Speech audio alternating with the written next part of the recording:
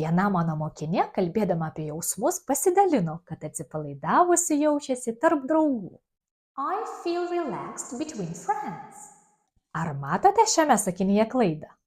Reikalas tas, kad anglų kalboje yra du sinonimai su reikšme tarp. Mokiniai dažniausiai išmoksta atitikmenį between.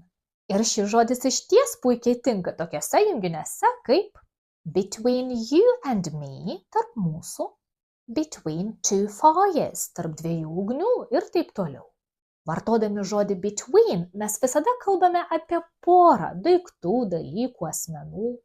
Atsiminkite, kad between anglų kalboje tiesiog reiškia tarp dviejų. O jeigu mes norime pažymėti, kad esame tarp grupės žmonių arba daiktų, tuomet vartojame kitą žodį among, kuris kaip tik reiškia tarp daugelio. Pavyzdžiui, a house among the trees, namas tarp medžių.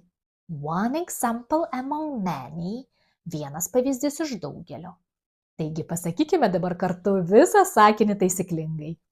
I feel relaxed among friends. I feel relaxed among friends. Namų darbams trumpas testas. Kokius žodžius vartosite šiuose sakiniuose? Ledai yra populiarūs tarp vaikų. Ice cream is popular between children.